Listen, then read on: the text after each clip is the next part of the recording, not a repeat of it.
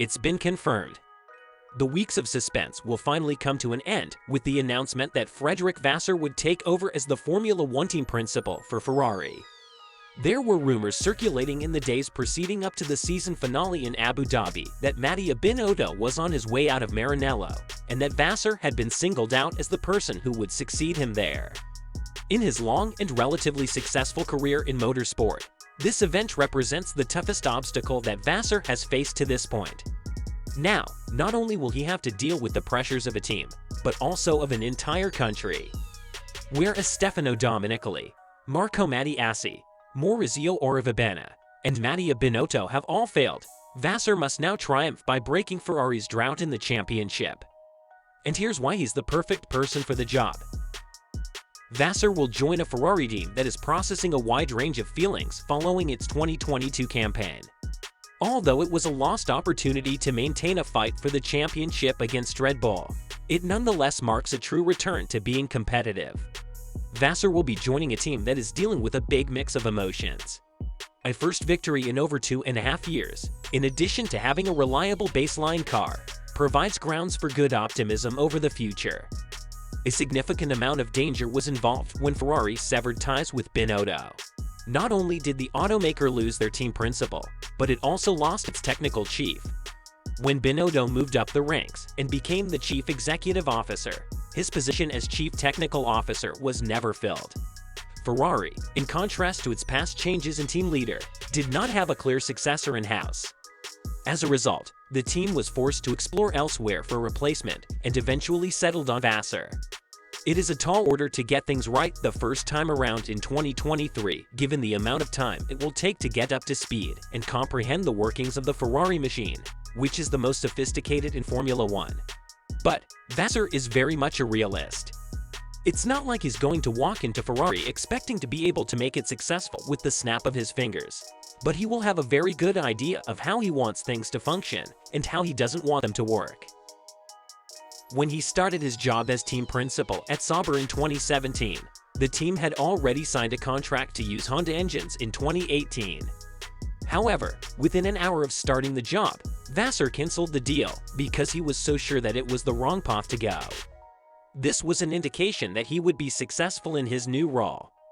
When compared to the circumstances that Vasseur faced at Sauber, being so analytical may be a different challenge within a team of the scale and size of Ferrari.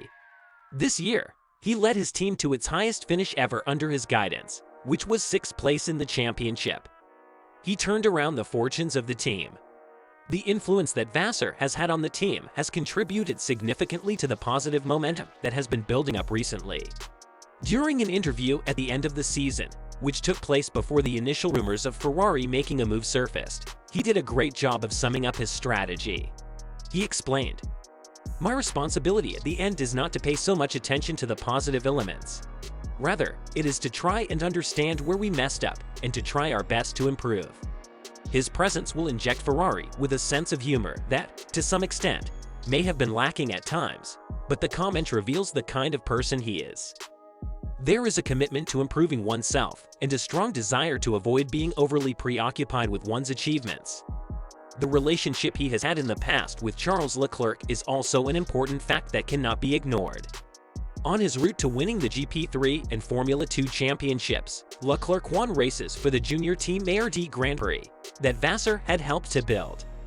After that, he signed up with Sauber for his first Formula One season in 2018, during which he turned in the kind of performances that provided Ferrari with all of the proof it required to offer him a place for the season after that. The week before last, Leclerc mentioned that he appreciated how Vasseur is relatively straightforward and very honest, which is similar to how he conducts himself. There is no assurance that things will go as smoothly as they did at Ferrari or Sauber, since getting things to work with Ferrari presents a much different challenge than doing so with any other Formula One team. As Toto Wolff, who has always enjoyed a very excellent connection with Vasseur, stated on Formula One's Beyond the Grid podcast not too long ago, "It's a fascinating political dynamic.